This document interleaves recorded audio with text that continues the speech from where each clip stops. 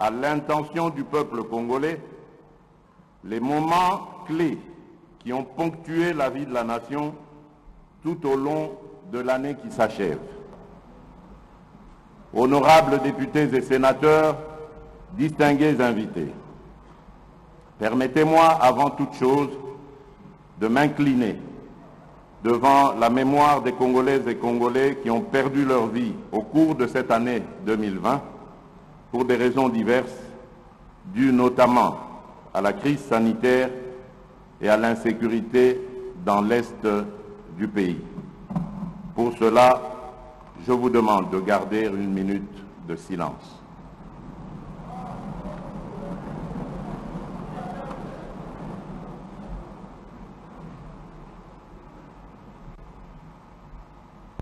Je vous remercie.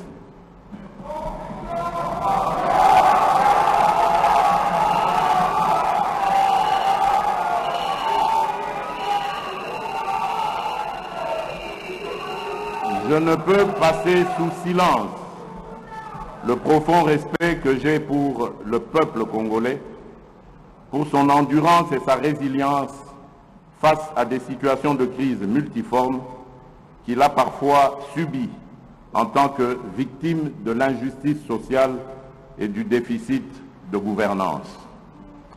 Honorables députés et sénateurs, distingués invités, le 13 décembre 2019, dans cette même salle, j'avais annoncé que l'an 2020 serait l'année de l'action, durant laquelle tout devait être mis en œuvre pour rendre irréversible notre lancée vers le progrès et l'émergence. Ma détermination était renforcée par l'expérience réussie de l'alternance pacifique au sommet de l'État, événement majeur qui tranchait avec le passé tumultueux de notre pays depuis son indépendance. Dans cette optique, j'avais pris devant notre peuple l'engagement d'opérer les réformes courageuses et ambitieuses qu'impose la reconstruction de notre pays. Mais je savais que le seul vouloir n'allait pas suffire, qu'il fallait établir un cadre politique et institutionnel qui soit propice à leur mise en œuvre. Et que, dans le même temps, j'ai formulé le vœu qu'ensemble, dans le cadre de notre coalition, mon prédécesseur et moi-même allions relever les défis qui s'imposaient à tous en tant que citoyens de ce beau pays. En effet, telle qu'elle était pensée après les élections de 2018, la coalition Cash avait pour vocation non seulement de garantir une alternance au pays des conflits, mais aussi à servir de catalyseur pour que le gouvernement de la... Malheureusement, la réalité des faits est que, malgré les efforts que j'ai déployés, les sacrifices et les humiliations que j'ai tolérées,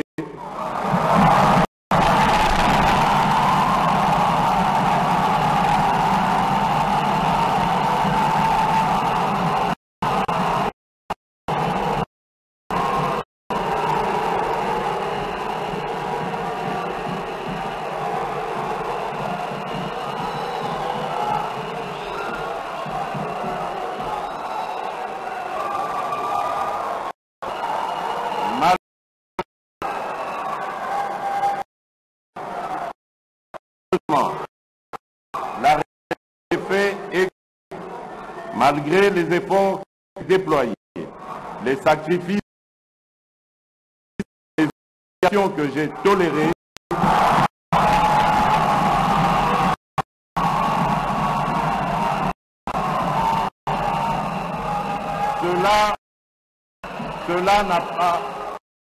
cela n'a pas suffi à faire fonctionner harmonieusement cette coalition. Cela n'a pas non plus empêché l'émergence de difficultés de tous ordres au sein de celle-ci, rendant ainsi aléatoire la concrétisation du changement tant réclamé par notre peuple. Face à cette situation qui menace le fonctionnement de nos institutions, je suis le il me fallait absolument réagir, mieux agir.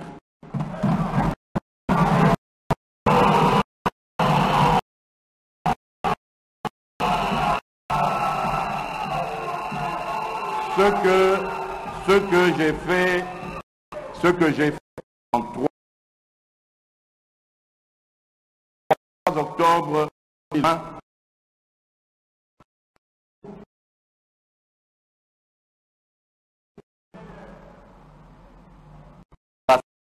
une union sacrée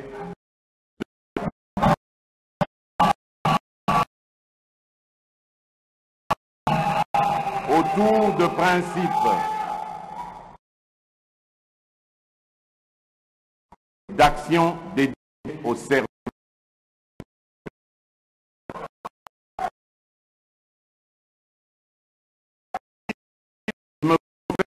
que me confère l'article 109 de notre Constitution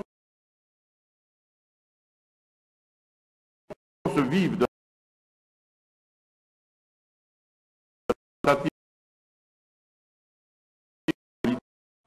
afin de réduire leurs sur la solution de sortie de crise. Enfin, par mon message, les décisions que j'ai prises, enrichies par différents groupes et personnalités consultées. Comme cela est ressorti dans mon dernier message, j'ai noté une forte convergence entre la grande majorité des consultés et moi-même de rompre avec une coalition FCC cash devenue paralysante du gouvernement.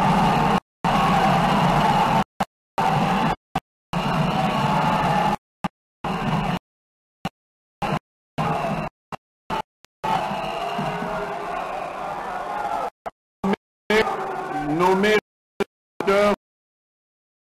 une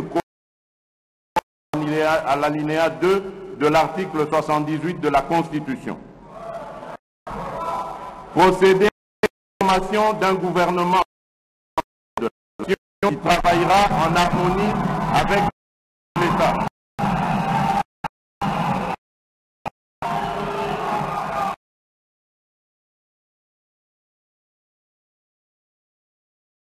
Dont la plupart sont les mêmes que celles voulues par le président de la République et contenues dans le programme du gouvernement.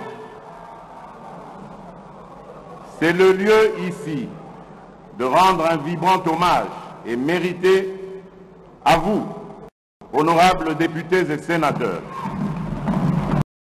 de tendance politique qui avez participé activement à ces consultations où vous vous êtes appropriés des résultats et décisions qui en ont découlé en vous inscrivant dans la dynamique de travailler avant toute chose, dans l'intérêt du peuple dont vous êtes les représentants.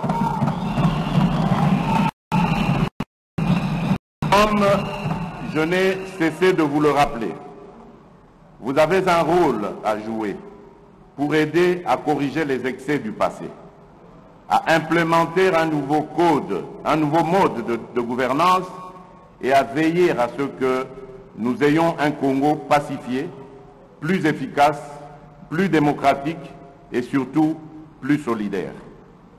C'est pourquoi la mission du nouveau bureau sera de se pencher sur la revalorisation de la mission parlementaire tout en veillant bien sûr à un meilleur traitement des députés.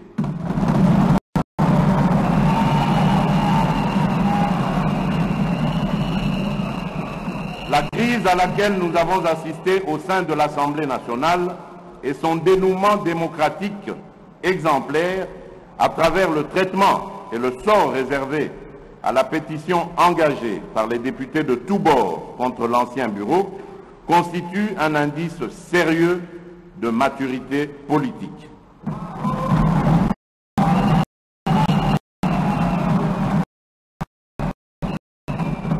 Ce fait tend à démentir une certaine doxa populaire qui soutient encore que le sort de notre pays ne peut s'inscrire que dans le sang, la violence, les rébellions, les assassinats et autres coups d'État. Le moment est donc venu de comprendre qu'il n'y a d'alternative à la construction démocratique que dans la paix et la concorde nationale, aussi laborieuse soit-elle. Que l'on soit de la majorité ou de l'opposition, chacun doit jouer sa partition dans l'amour du pays et de son peuple et dans le respect des institutions. Le processus de maturation de notre démocratie est irréversible. Il doit se refléter dans les prochaines échéances de remplacement de nouveaux membres du bureau. Dans le même ordre d'idées, pour témoigner la reconnaissance de la patrie envers ses filles et ses fils qui auront agi dans l'intérêt du peuple, j'annonce qu'en juin 2021, en marge de la célébration du 61e anniversaire de notre indépendance, la patrie témoignera sa reconnaissance envers le Premier ministre Patrice Emery Lumumba, un des héros nationaux dont on aura procédé au rapatriement des reliques et à qui on donnera enfin une sépulture digne de son sacrifice pour la patrie.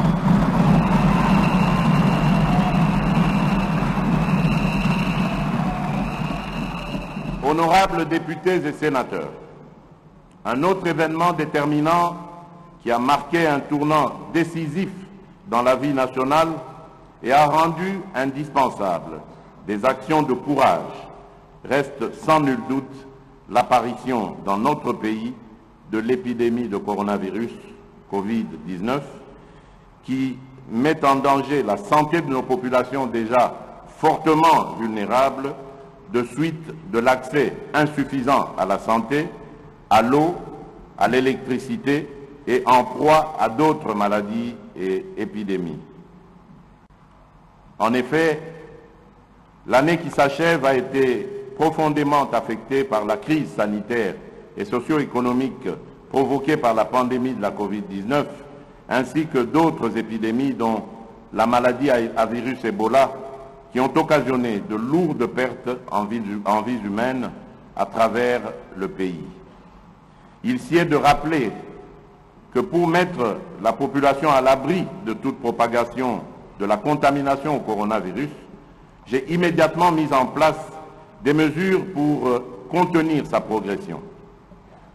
En effet, j'ai proclamé l'état d'urgence sanitaire en imposant une série de mesures de prévention et de protection qui ont permis de ralentir la propagation de l'épidémie dans la capitale ainsi que dans les provinces. La prise en charge de la lutte contre la Covid-19 a été confiée à un comité multisectoriel. Une task force présidentielle a été mise en place pour le suivi et l'évaluation de toutes les activités de prévention et de riposte contre la pandémie de coronavirus. L'on peut noter avec satisfaction que, grâce à mon impulsion, l'année 2020 a marqué la fin de l'épidémie mortelle de la maladie à virus Ebola, qui a sévi à l'est du pays et dans la province de l'Équateur, et de l'épidémie de rougeole, grâce aux campagnes de riposte menées avec efficacité par les experts nationaux et internationaux, intégrant la vaccination, la prise en charge des cas et la surveillance de la maladie. De même, les interventions du gouvernement et de ses partenaires ont permis de réduire à 40% la mortalité pour cause de choléra. En revanche, l'on doit constater que notre pays continue à faire face à la pandémie de Covid-19 dont le premier cas a été détecté en mars 2020. En dépit de l'existence de ce dispositif qui a permis d'obtenir des résultats probants en termes notamment de maîtrise du nombre de cas de contamination et de baisse de cas de décès, l'on doit admettre que la riposte à la Covid-19 reste confrontée dans notre pays à des défis majeurs, dont principalement la prise en charge gratuite des patients, la réalisation des tests à grande échelle et la mitigation des conséquences socio-économiques. À cela s'ajoute le déficit de structures de santé capables de répondre à une épidémie à grande échelle, les besoins en ressources humaines de pointe, ainsi que la gestion de transport des malades. Ces différents défis justifient mon appel à une maximisation des recettes publiques par le gouvernement, à l'intensification de la lutte contre la corruption, à la création d'un fonds national de solidarité pour faire face à la Covid-19, à la solidarité et à la coopération internationale, tant sur le plan bilatéral que multilatéral. Entre-temps, j'appelle les Congolaises et les Congolais à la vigilance tous azimuts face à la remontée des cas de Covid-19 qui se confirme maintenant comme une deuxième vague, principalement dans la ville de Kinshasa.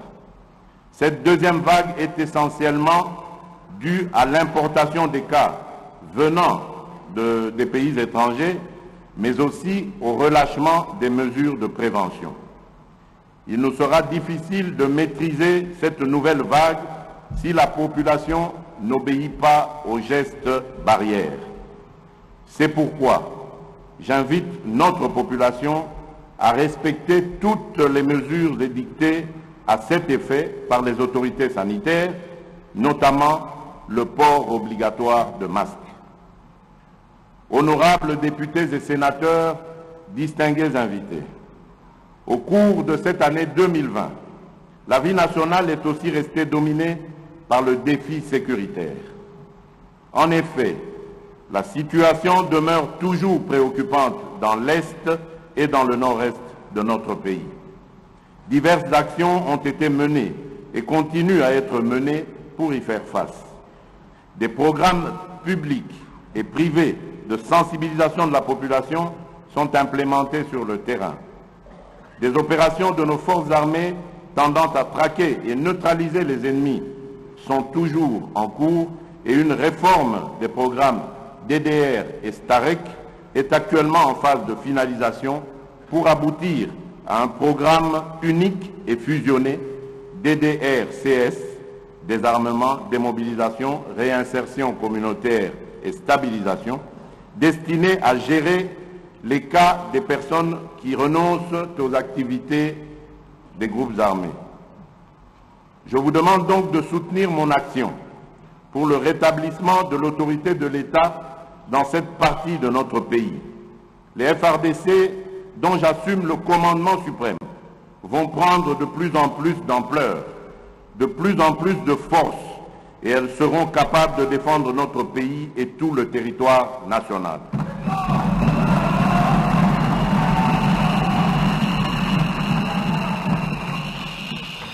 Tous ces efforts fournis et d'autres qui le seront au cours de la nouvelle année ne visent qu'à redonner à notre armée et à notre police une capacité offensive et dissuasive indispensable à garantir la paix et à protéger notre patrie. Dans cet effort, nous bénéficions du concours de la MONUSCO, de la FIB, la Brigade rapide d'intervention, et de nos partenaires BI. J'adresse tous mes remerciements pour le soutien technique. Dans cette optique, je signale qu'au cours de cette année 2020, notre pays vient de formaliser la reprise de la coopération militaire avec les États-Unis d'Amérique, matérialisée par la signature d'un mémorandum d'entente Dans le même ordre d'idées, j'annonce la création d'une école de guerre en République démocratique du Congo l'année prochaine.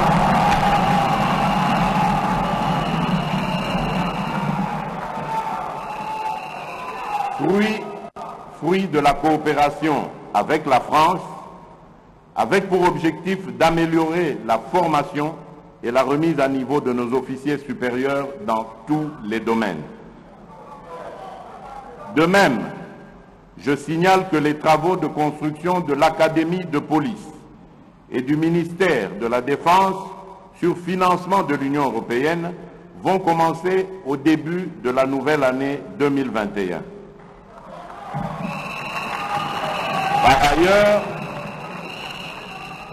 Par ailleurs, se poursuivront au cours de la même année la coopération avec la Chine pour la construction de nouvelles infrastructures.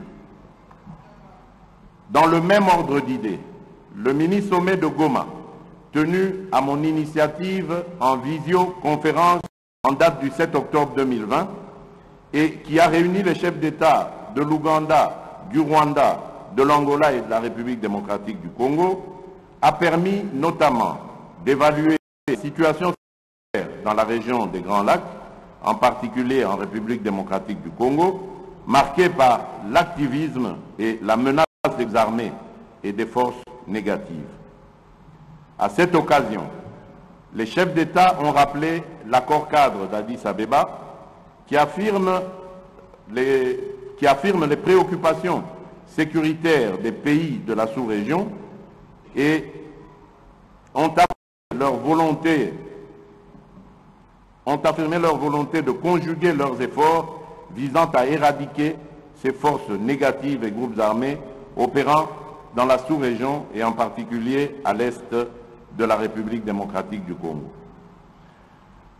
Tous ces efforts fournis et d'autres qui le seront au cours de la nouvelle année ne visent qu'à redonner à notre armée et à notre police une capacité offensive et dissuasive indispensable pour la protection de la patrie.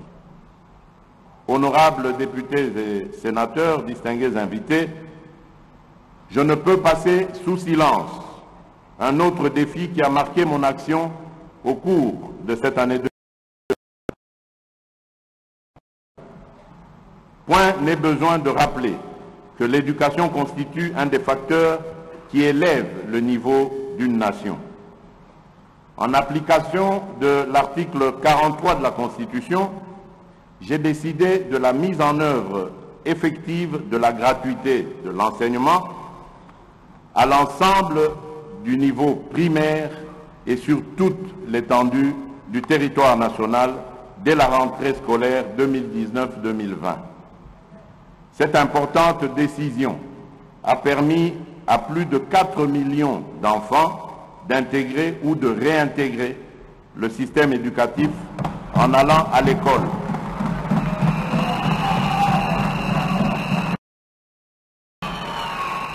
Et de réduire de manière substantielle les charges des parents pour l'éducation de leurs enfants. Je me dois de souligner que la politique de gratuité a induit des effets de divers ordres. Des instructions précises ont été données au gouvernement afin d'arrêter des mesures d'accompagnement. Il s'agit notamment de la prise en charge par le Trésor public des salaires de 230 536 enseignants non payés, l'allocation des frais d'accompagnement, l'allocation des frais de fonctionnement aux écoles primaires publiques de Kinshasa et de Lubumbashi, jadis non bénéficiaires, le réajustement des salaires de tous les enseignants en ramenant le salaire de l'enseignant le moins payé à l'équivalent de $100, l'octroi des indemnités de logement et de transport aux enseignants des villes et chefs-lieux des provinces administratives, le réajustement des frais de fonctionnement aux écoles primaires publiques et aux bureaux gestionnaires, l'acquisition et la distribution des manuels scolaires et matériel didactique, la construction de quelques nouvelles salles de classe, la prise en charge depuis octobre dernier de 58 735 enseignants, nouvelles unités du primaire. Je suis conscient que beaucoup reste encore à faire afin de consolider et de pérenniser cette réforme bien accueillie par nos populations et par nos partenaires. Considérant que l'éducation est le moteur de développement d'un pays, je m'engage à ménager aucun effort pour que les réformes fondamentales retenues dans la stratégie sectorielle de l'éducation et de la formation 2016-2025 soient mises en application. Ainsi donc, au fur et à mesure que la mobilisation des recettes publiques va s'accroître, la quote-part du budget alloué à l'éducation s'améliorera conséquemment. Honorables députés et sénateurs, distingués invités, dans le registre des réformes que je porte, je voudrais mentionner aussi le défi de la desserte en électricité et en eau potable au profit de notre population. Le triste constat, largement partagé aujourd'hui, est que cette desserte reste insuffisante et faible. Cette situation de fait est d'autant inacceptable que l'immensité et la diversité des sources et des ressources énergétiques et hydrauliques de la République démocratique du Congo sont quasiment sans limite. C'est dû à l'incapacité par le passé à anticiper les exigences de la démographie d'aujourd'hui et la multiplication de nos cités et de nos villes qui ont fini de prendre de nos infrastructures insuffisantes et vieillissantes. Comme je le répète souvent, nous devons rompre avec la culture du potentiellement riche pour s'inscrire dans la logique de la effective de nos potentialités. C'est fort de cette conviction qu'a été organisé du 20 au 22 août 2019 le Forum de Matadi sur l'énergie, mère du développement rapide et de la modernité bien comprise. De ce forum est sortie l'option volontariste que l'énergie devrait être considérée comme une priorité du quinquennat en cours. Cette annonce tirait son réalisme des lois numéro 14/011 du 17 juin 2014 sur l'électricité et numéro 15/026 du 31 décembre 2015 sur l'eau, qui ont révolutionné notre gestion passée dans ces deux domaines désormais libéralisés. C'est toujours grâce à cette conviction que j'ai encouragé certaines réalisations. Par exemple, à Kinshasa, dont la grandeur et la densité comptent parmi les plus grandes dans notre pays, dans notre continent et dans le monde. 2 nouvelles usines de production d'eau potable sont actuellement en construction pour résorber le déficit. Il s'agit de l'usine de Lemba-Imbu, dont la production finale sera de 220 000 m3 par jour, et de celle de Mbiza Ozone, qui, elle, en produira à terme 300 000 m3 par jour. Par ailleurs, la réhabilitation du captage de Ndjili ramènera au réseau quinois 330 000 m3 par jour supplémentaires. Ce qui se fait à Kinshasa se fait également, toute proportion gardée, dans nos provinces, où l'existant est entretenu et réparé, où les nouvelles structures de production et de distribution sont projetées ou en construction, et même où les forages, les adductions d'eau et les bornes fontaines sont installées pour répondre aux besoins de nos populations. S'il s'observe un tel dynamisme dans le domaine de l'amélioration de la production et de la distribution de l'eau potable, celui-ci est encore plus notable dans le domaine de l'électricité, où l'application de la loi de la libéralisation ne pose pas un problème. Pour ce qui est du projet Grand Inga, les financements sont en passe d'être bouclés avec plusieurs développeurs et off-takers. Il est évident que quand ces ouvrages seront totalement opérationnels, la République démocratique du Congo reprendra son rôle de leader africain de l'énergie pour le bien-être de toutes ses populations et même du continent. À ce jour, j'ai l'avantage de vous annoncer que l'autorité de régulation du secteur de l'électricité, ARE en sigle, et l'Agence nationale d'électrification et des services énergétiques en milieu rural et périurbain, en SER en sigle, sont pleinement opérationnels depuis la désignation de leurs animateurs. L'ARE veillera à ce que la libéralisation du secteur de l'électricité se déroule aussi bien, efficacement que dans l'ordre.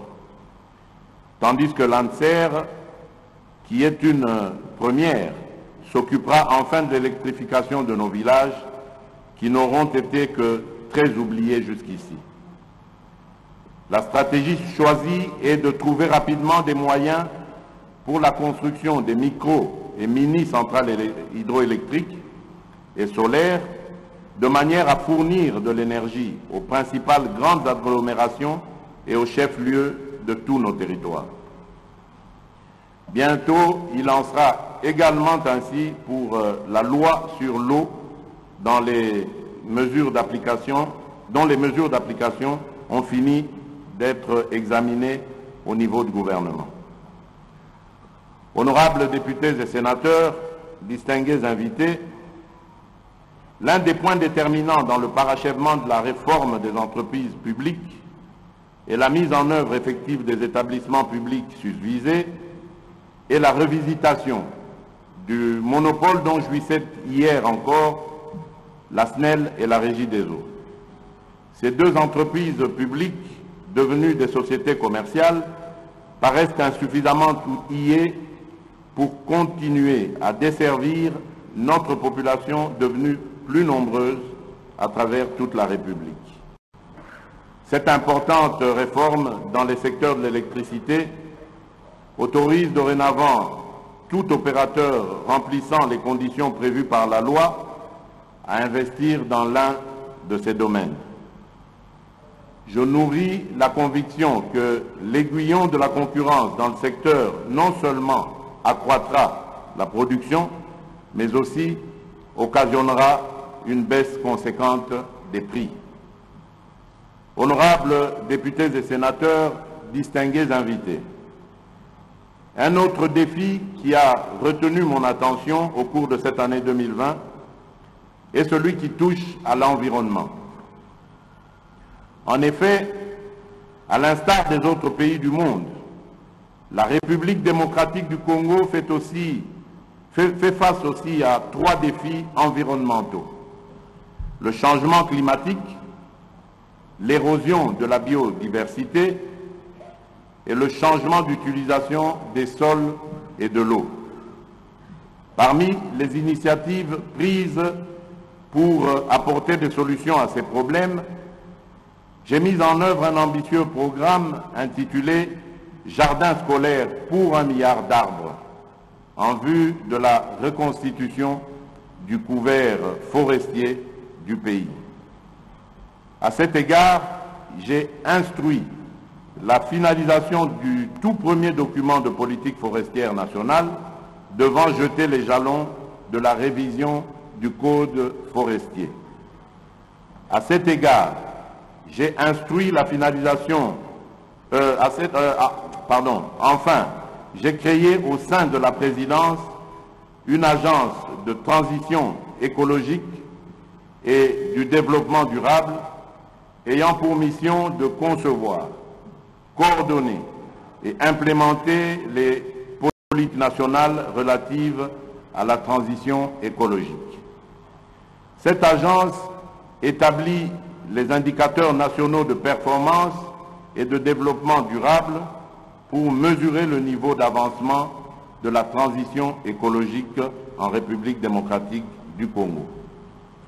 honorables députés et sénateurs, distingués invités, un autre défi tout aussi important qui a fait l'objet de nos préoccupations au cours de cette année 2020 est celui de la diplomatie.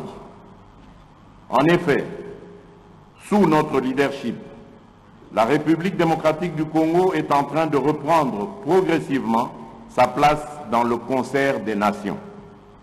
Le 9 février de cette année 2020, en marge de l'ouverture des travaux de la 33e session de l'Assemblée générale de l'Union africaine, j'ai été élu vice-président pour 2020 et président de cette organisation régionale en 2021.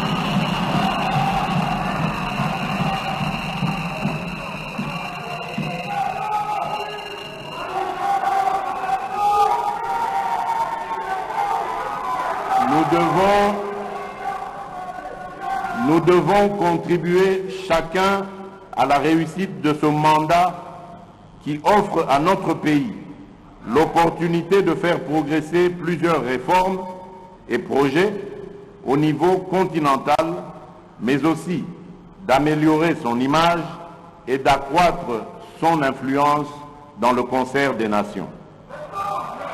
Pour ce faire, une bonne prise en charge de nos ambassades et consulats s'impose dans le but de développer une diplomatie plus ambitieuse, en même temps qu'il est urgent d'apporter certaines réformes qui tiennent compte des contraintes du moment.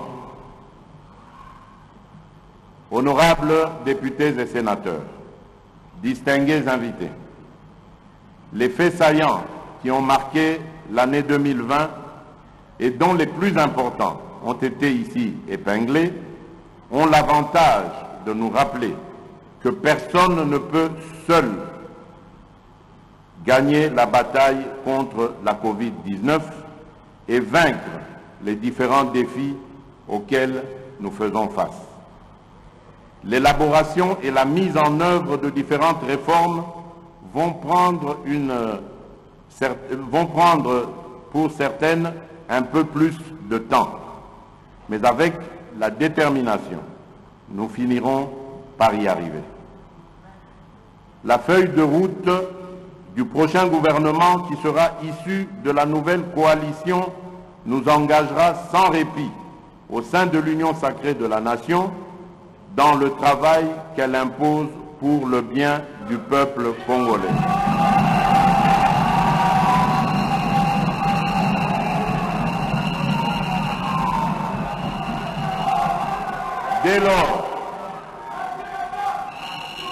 Dès lors, travaillons tous ensemble, dans la concorde, sans exclusion aucune, pour mettre fin à cette pandémie, pour mettre en place des systèmes de santé résilients, à même de protéger nos peuples à l'avenir et pour bâtir notre pays. Fortifions-nous, soyons fermes et montrons-nous courageux pour notre peuple, pour nos villes et pour notre nation. Que Dieu bénisse la République démocratique du Congo. Je vous remercie.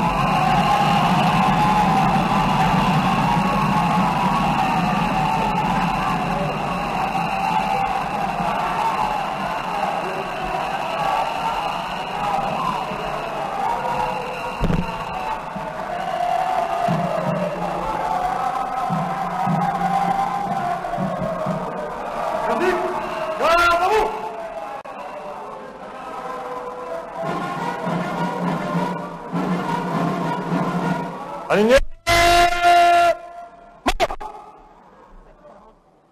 Gardez. Vous. Au centre. Présentez. Armes. Musique. Fermez la porte.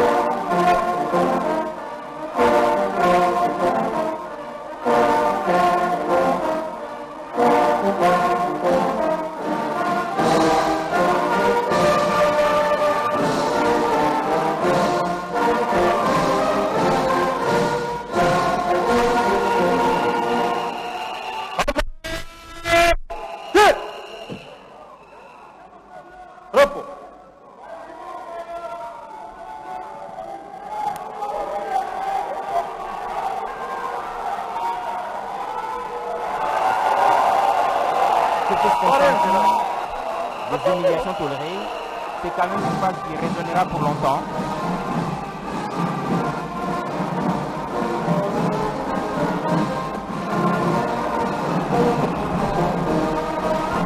Le président de la République, Giscard d'Estaing, qui quitte la salle de congrès après son discours sur l'état de la nation. Qu'est-ce qu'on peut retenir de ce discours, Giscard d'Estaing? Débuté à 13h30 heure de Kinshasa, ce discours vient de se terminer à 13h45 minutes, pardon, à 14h15 minutes, soit 45 minutes de grand oral au cours duquel le président de la République a commencé comme en 2019, d'abord par rendre grâce à Dieu pour cette grâce qui lui donne de pouvoir se présenter devant les deux chambres du Parlement. Le président de la République a commencé par rappeler l'engagement qu'il avait pris ici même dans ces locales il y a une année par rapport à sa politique de gouvernance, et il a reconnu ces déficits de gouvernance qui l'a amené aujourd'hui à prendre un tournant au niveau de la politique, rompre avec l'Alliance et donner au Congo un nouvel espoir à travers l'union sacrée de la nation pour laquelle on attend le gouvernement dans les prochains jours.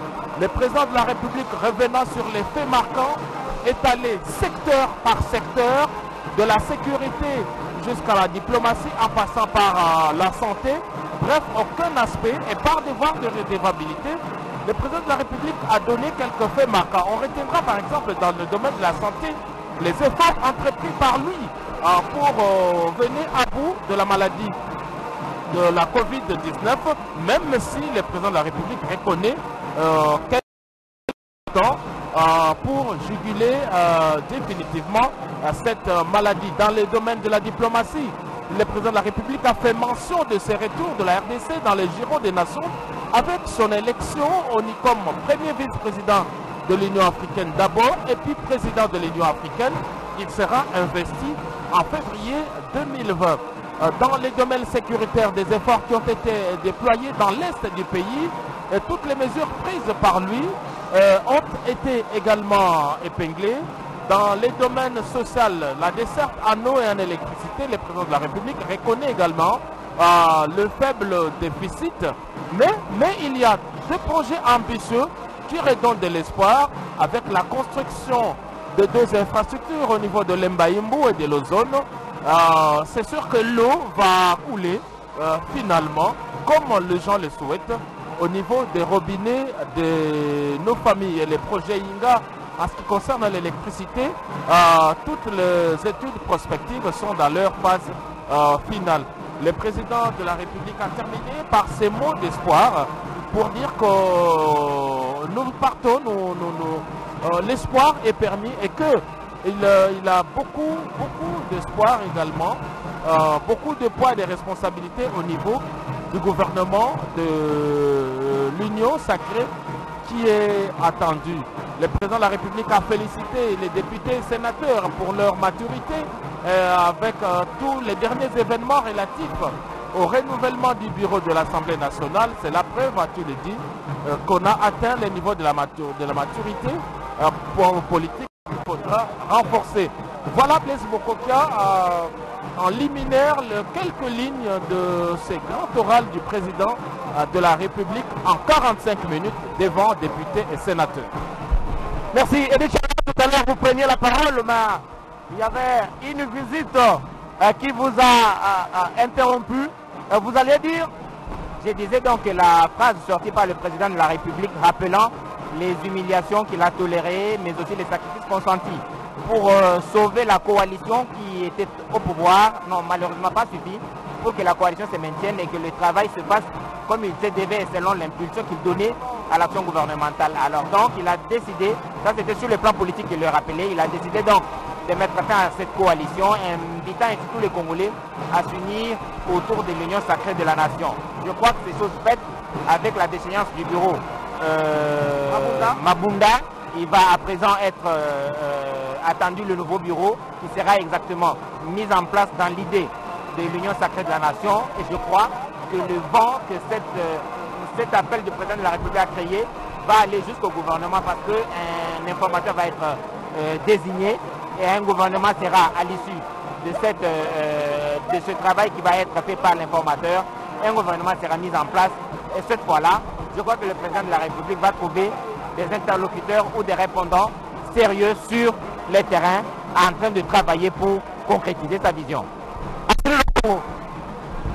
Kweli mnatoka kufuata hotuba wa rais, aliweza kugusia hatua yote ya Jamhuri ya Kidemokrasia ya Kongo, aliweza kusemea mambo yote yenye kupitikana, kwani iko na bidii, iko na jitahidi juu ya kuendesha nchi mbele, hata kama waliweza kumtafuta, kumpezesha, kumshusha, lakini nia yake ni nchi iweze kuendelea mbele, raia wa Kongo waweze kufaidia na yote yenye kupatikana ndani ya nchi.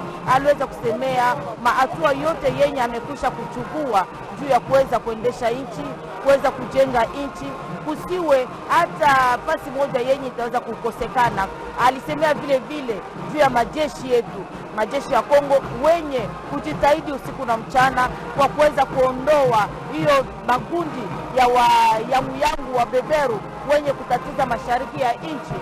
Aliweza kusemea vile vile juu ya kuweza kujenga shule ya kuweza kufunza majeshi wetu, hasa hawa wenye watakuwa na husika na mambo ya vita ndani ya Jamhuri ya Kidemokrasia ya Kongo. Kweli rais aliweza kusomea mambo mengi, hata kuhusu mambo ya afya juu ya nchi, mambo ya maadhibisho ya raia wa Kongo, yote aliweza kugusia. Nafikiri kwamba raia wa Kongo waliweza kusikia na wanatosheka na hotuba wa rais Blaise Bokobia. Merci beaucoup, chers téléspectateurs. Vous étiez nombreux à suivre la radio-télévision nationale congolaise. Nous ne cesserons jamais à se le dire. La RTNC, chaîne des grands événements. En voici un aujourd'hui avec ce discours sur l'état de la nation prononcé tout à l'heure par le président de la République, Félix-Antoine Tshisekedi Tshilombo. Merci à toute l'équipe technique qui était ici présente au niveau du Palais du Peuple. Merci à toute l'équipe technique qui était à la station de Lingwala, à Pinza. Merci à Edith Chala, merci à Giscard Koussema, merci à Assil Congo, merci à Mathieu Moudibango, merci à JR Diakadi avec ses belles